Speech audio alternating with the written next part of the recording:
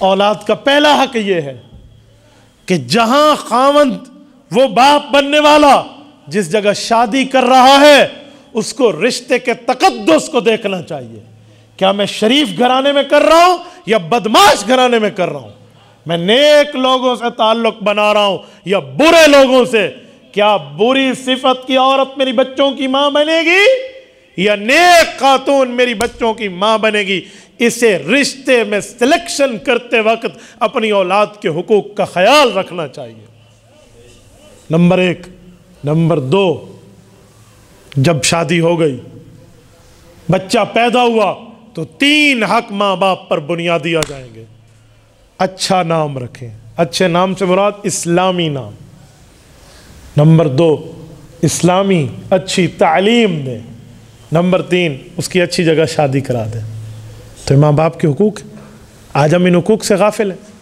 اپنی اولاد کا اول تو کوئی نام اچھا رکھنے پہ تیار نہیں ہے. نام پر عجیب عجیب معاملے چلتے ہیں. نام رکھے کوئی عورت اور معنی بتائے مسجد کا مولوی. السلام علیکم جی، وعلیکم السلام مفتی صاحب، معنی 10 ویسی نہ رکھے. تو ٹھیک ہے، جزاک اللہ. تو جس نے نام رکھے اسے کو معنی بتا.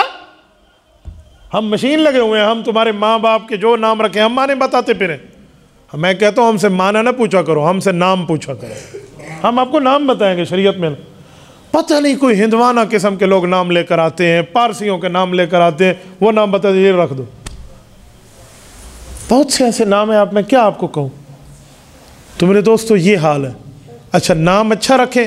عالم کوئی نام بتا دے، مثلا بچی پیدا ہوئی تو فاطمہ رکھ دو، عائشہ رکھ دو، زینب رکھ دو، ام کلثوم رکھ دو، رقیہ رکھ دو. اسی طرح آپ جو ہے نا خدیجہ رکھ دو، حفصہ رکھ دو، ماریہ رکھ دو. مختلف نام. نہیں، یہ ہمارے محلے میں کسی اور کا ہے. تو بھائی محلے میں ہے، تیرے گھر میں تو نہیں ہے. محلے میں لوگ کھانا بھی کھاتے تو اپنے گھر میں کھانا چھوڑ دے.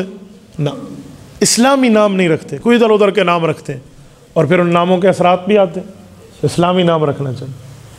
اچھا جب نام بھی رکھ لیا، تعلیم کے معاملات میں ہم لوگ بڑی غلطی کرتے ہیں. ہم اولاد کو دنیا پڑھاتے ہیں، دین نہیں پڑھاتے.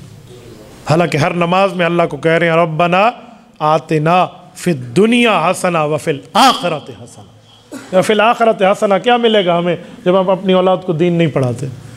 میں دنیا پڑھانے سے منع نہیں کرتا. آپ اسکول پڑھائیں، کالج پڑھائیں، یونیورسٹیز لیول تک لے کر جائیں، پی ایچ ڈی کرا دیں، ڈاکٹریٹ ان فلسفی کرا دیں، مجھے اس پر کوئی ڈاؤٹ نہیں ہے. لیکن آپ کم از کم اسے اسلامی تعلیم تو دینا. علامہ محمد اقبال رحمہ اللہ یہی گلہ ہم سے کرتے ہیں نا کہ یوں تو تم سید بھی ہو، مرزا بھی ہو، افغان بھی ہو، پر یہ تو بتاؤ کہیں مسلمان بھی ہو. تو ہمیں اسلامی تعلیم اپنی اولاد کو دینی چاہیے. جو والدین اپنی اولاد کو دینی تعلیم نہیں دیتے تو پھر کیا حشر ہے معاشرے میں سب کے سامنے. دینی تعلیم تو دیں بھائی، یہ کامن ہے. آپ اسے بنیادی طور پر دینی تعلیم پڑھائیں. کرتے کیا ہے بھئی، ایک محلے میں خاتون کوئی قرآن پڑھاتی ہے تو اس سے جا کر ایک مرتبہ ختم کر لیں. میں نے ایک اچھے بھلے عہدے پر فائز شخص کا ایک مسئلہ حل کرتے وقت اس سے پوچھا آپ نے قرآن کریم پڑھا ہے؟ تو وہ قرآن کریم پڑھا کہ مجھے کہتے ہاں میں نے قرآن پڑھی ہوئی ہے. میں نے کہا پتہ نہیں کوئی اخبار ہے جو پڑھی ہوئی ہے؟ تو کب پڑھی ہے؟ کہتے محلے میں ایک بیبی جی پڑھاتی تھی، اس سے پڑھی ہے پوری زندگی میں ایک بار. یہ ہم نے اسلامی تعلیم دلوائی ہے اولاد. میں ایک جنازہ پڑھانے گیا، والد کا جنازہ تھا، بیٹے پیچھے تھے. میں نے جنازے کا طریقہ بتایا، جو نیت کرنے لگا تو اس کے بیٹے نے میرا ہاتھ پکڑا. ایکسکیوز می سر. میں نے کہا جی. میں نے حقیقت میں یہ سمجھا کہ شاید یہ چاہتا ہے کہ ابا کا جنازہ میں خود پڑھاؤں.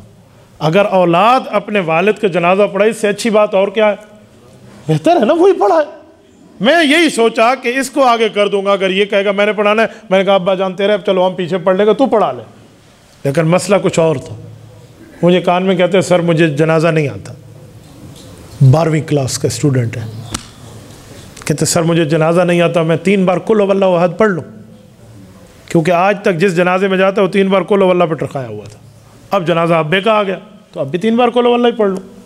مجھے بتائیں اس اسکول اور کالج کی تعلیم کا فائدہ جہاں میں اپنی اولاد کو یہ بھی نہیں پڑھا سکا، یہ بھی نہیں بتا سکا. آگے کیا ہے؟ حق تھا میں اسے عالم اور حافظ بناتا.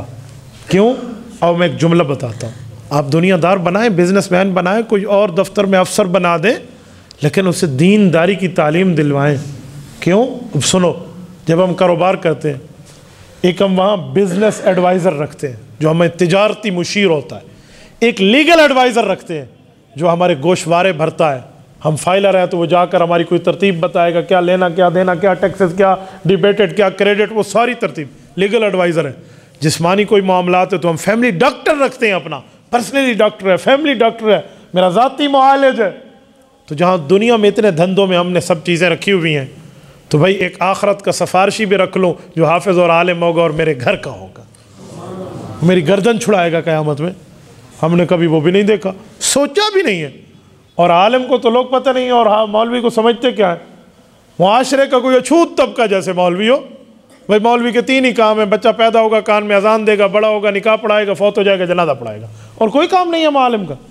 علماء ہے بھائی، علماء انبیاء کے وارث ہیں. جتنے کام نبیوں کے ہیں وہی کام ختم نبوت کی وجہ سے علماء کے ہیں. بس مسئلہ یہ ہے کہ اب نبوت ختم ہے، نئی نبوت نہیں آ سکتی، لیکن امت کی رہنمائی جیسے انبیاء نے کی ہے ویسے علماء کریں گے. یہ تو حدیث پاک ہے.